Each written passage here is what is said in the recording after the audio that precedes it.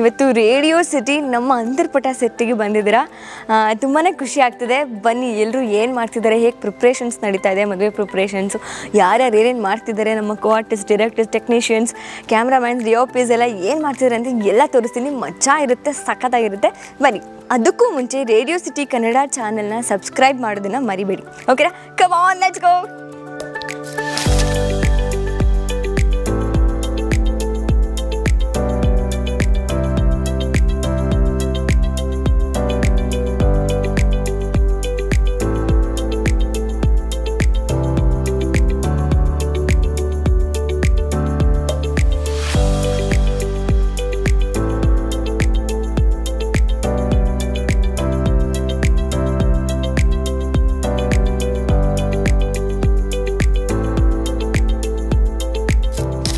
ಇವತ್ತು ಇವೆಂಟ್ ನನ್ನ ಜೀವನದಲ್ಲಿ ಮೊದಲನೇ ಇವೆಂಟ್ ಒಪ್ಕೊಂಡಿದ್ದೀನಿ.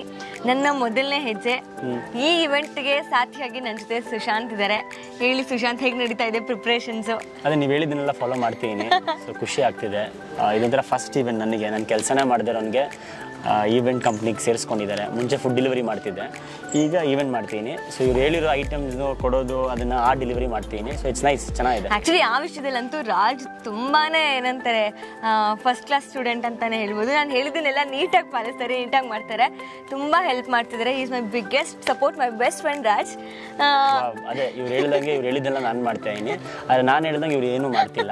ಅದು ಯಾವಾಗ ಮಾಡ್ತಾರೆ? ಯಾಕಂದರೆ ಸ್ವಲ್ಪ ಇಂಟೆಲಿಜೆನ್ಸ್ ನಾನೇ ಮುಂದೆ ಇದ್ದೀನಲ್ವಾ, ಸ್ವಲ್ಪ ಐಡಿಯಾಸ್ ಎಲ್ಲ ಓಡಾಡ್ಕೊಂಡು ಕೆಲಸ ಮಾಡೋದ್ರಲ್ಲಿ. ಸೊ ನಾನೇನು ಹೇಳ್ತೀನಿ ಅದನ್ನ ಫಾಲೋ ಮಾಡ್ಬೇಕಲ್ವಾ ಇವರು. ಕರೆಕ್ಟ್ನೋ? ಓ, ಇದೆಯಾ ನಿಮಗೆ? ಅಲ್ಲ, ಓಕೆ, ಅಲ್ಲ ಕೇಳಿದ್ದು. ಓ, ಅದಕ್ಕೆ ನೀವು ಹೇಳ್ತಿರೋದು? ಓಕೆ, ನಾನು ನೀವು ಹೇಳ್ತೀರಾ ಅಂತ ಕೆಲಸ ಮಾಡ್ತೀನಿ. ನೀವು ಇಂಟೆಲಿಜೆಂಟ್ ಅಂತ ಗೊತ್ತಿರಲಿಲ್ಲ, ಈಗ ಗೊತ್ತಾಯ್ತು, ಈಗ ಮಾಡ್ತೀನಿ ಜಾಸ್ತಿ. ನಾನು ಏನು ಹೇಳಕ್ ಬಂದೆ ಅಂದ್ರೆ, ಸ್ವಲ್ಪ ಎಲ್ಲ ಐಡಿಯಾಸು ಇವೆಂಟ್ ಬಗ್ಗೆ ಎಲ್ಲ ನನಗೆ ನಾಲೆಡ್ಜ್ ಇದೆ. ಸೊ ಇವ್ರಿಗೆ ಅಷ್ಟಿಲ್ಲ.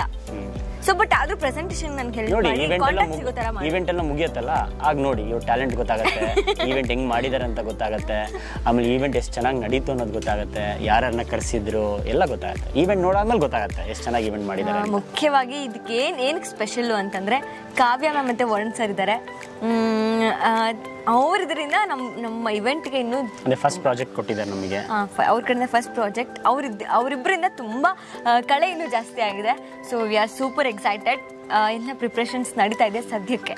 ತುಂಬ ಖುಷಿ ಇದೆ. ಒಂದು ವಾರದಿಂದ ನಡೀತಿದೆ, ಚೆನ್ನಾಗಿದೆ. ಒಂಥರ ಮುಗ್ದಾದ್ಮೇಲೆ ಸ್ವಲ್ಪ ಬೇಜಾರಾಗ್ಬೋದೇನೋ ನಮಗೆ, ಅಯ್ಯೋ ಮುಗ್ದೋಯ್ತಲ್ಲ ಅಂತ. ಸೊ ಹಾಗೇನು ತಲೆ ಕೆಡಿಸ್ಕೊಳೋದಿಲ್ಲ. ಮತ್ತೆ ಮುಂದಿನ ತಿಂಗಳು ಇನ್ನೊಂದು ಇವೆಂಟ್ ಮಾಡ್ತೀವಿ. ಆಗ ಮತ್ತೆ ಬನ್ನಿ. ರೇಡಿಯೋ ಸಿಟಿ ನೀವು ನೋಡ್ತೀರಾ, ಮದುವೆನೂ ನೋಡ್ತೀರಾ, ಈವೆಂಟು ನೋಡ್ತೀರಾ.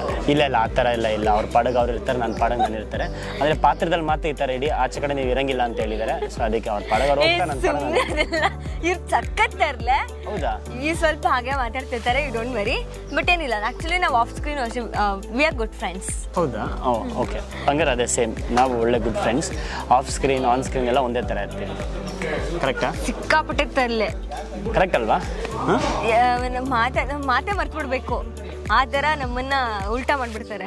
ಓಕೆ, ಅವ್ರು ಸುಳ್ಳು ಹೇಳ್ತೀರ ನನಗೆ ಗೊತ್ತಾಗ್ಬಿಡುತ್ತೆ. ಈಸಿಯಾಗಿ ಕಂಡು ಹಿಡಿದ್ಬಿಡ್ತೀನಿ ನಾನು. ಕೇಳಿ, ಯಾರಿಗೆ ಗೊತ್ತಾಗಿಲ್ಲ ಅಂದ್ರೆ ನನಗೆ ಗೊತ್ತಾಗುತ್ತೆ. ಸುಳ್ಳು ಹೇಳಕ್ ಬರಲ್ಲ ಅವರಿಗೆ. ನನಗೆ ಸುಳ್ಳು ಹೇಳಕ್ ಬರಲ್ಲ. ಅಲ್ಲ, ಬರುತ್ತೆ ಅಂದ್ರೆ ನಾನು ಬೇಗ ಕಂಡು ಹಿಡಿದು ನನಗೆ ಗೊತ್ತಾಗ್ಬಿಡುತ್ತೆ ಬೇಗ. ನನ್ನ ಹತ್ರ ಸುಳ್ಳು ಹೇಳಕ್ಕಾಗಲ್ಲ. ನಾನೇನು ಯೂಶಲಿ ಏನು ಸುಳ್ಳು ಹೇಳಲ್ಲ.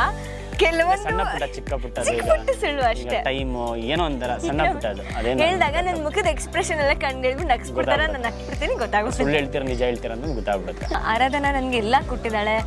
ನೇಮ್ ಕೊಟ್ಟಿದ್ದಾಳೆ, ಫೇಮ್ ಕೊಟ್ಟಿದ್ದಾಳೆ, ದುಡ್ಡು ಕೊಟ್ಟಿದ್ದಾಳೆ. ಒಳ್ಳೆ ಫ್ರೆಂಡ್ ಸರ್ಕಲ್ ಸಿಕ್ಕಿದೆ ನನಗೆ ಇಲ್ಲಿ, ಒಂದು ಒಳ್ಳೆ ಫ್ಯಾಮಿಲಿ ಥರ.